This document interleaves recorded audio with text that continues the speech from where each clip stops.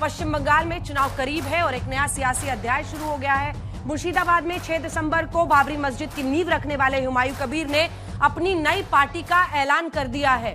अब वो चुनावी मैदान में उतर रहे हैं क्योंकि टीएमसी ने उनको पार्टी से सस्पेंड कर दिया था। पार्टी का नाम भी उन्होंने रख लिया है, नाम रखा है जनता उन्नयन पार्टी।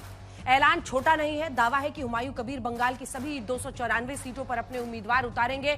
उन्होंने खुलकर कहा है कि मुर्शिदाबाद जिले में टीएमसी को एक भी सीट नहीं मिलने वाली है, यानी बंगाल की सियासत में एक नई लकीर खिंच चुकी है। मुस्लिम वोट की जो पॉलिटिक्स शुरू हो चुकी है, क्योंकि याद रखिए टीएमसी की भी तरफ से अगर मदन मित्रा आकर भगवान राम पर टिप्पणी कर देते हैं, विवादों से भरा हुआ, ये कहते हैं कि हमने तो बीजेपी वालों को चैलेंज कर दिया कि वो मुस्लिम है, प्रूव करके दिखाओ कि वो हिंदू है। तो समझ लीजिए कि मुस्लिम वोटों के लिए एक जबरदस्त सियासत इस वक्त बंगाल की राजनीति में छिड़ चुकी है। एक और बाबरी प्रोजेक्ट से हुमायूं कबीर पश्चिम बंगाल की मुस्लिम पॉलिटिक्स में दांव पर दांव चल रहे हैं, तो दूसरी ओर बीजेपी ममता बनर्जी को हिंदुओं के सवाल पर घेरती जा रही है। बांग्लादेश के हिंदुओं पर हो रहे अत्याचार के विरोध में वीएचपी कोलकाता में सड़कों पर उतरी तो उस पर पुलिस लाठीचार्ज की नौबत आ गई। लेकिन बीजेपी ममता को चेता रही है कि हिंदुओं के मसले पर अगर लोकतांत्रिक विरोध का अधिकार भी नहीं मिलेगा तो बीजेपी इसे बर्दाश्त नहीं करेगी।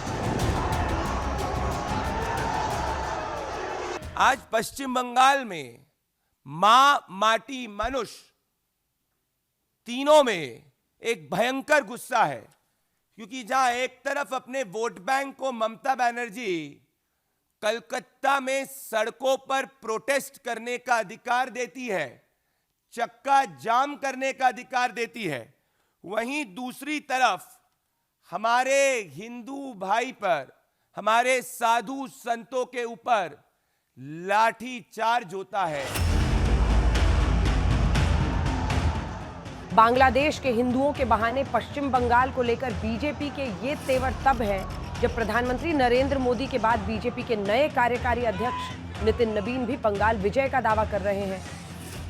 बिहार की जीत के बाद जो शुरुआत हुई है वो अभी आगे, मंगल जी कह रहे थे ये जीत बंगाल से आगे केरल तक जाएगी, चिंता मत कीजिएगा, भगवा हर जगह लहराएगा। बंगाल पर बीजेपी के ऐसे दावों के बीच हुमायूं कबीर की चालें ममता को परेशान कर सकती हैं। हुमायूं कबीर ने पहनावे और हाव भाव का बहाना बनाकर 12 घंटे के भीतर निशा चैटर्जी नाम की हिंदू महिला को मिला अपनी पार्टी का टिकट रद्द कर दिया।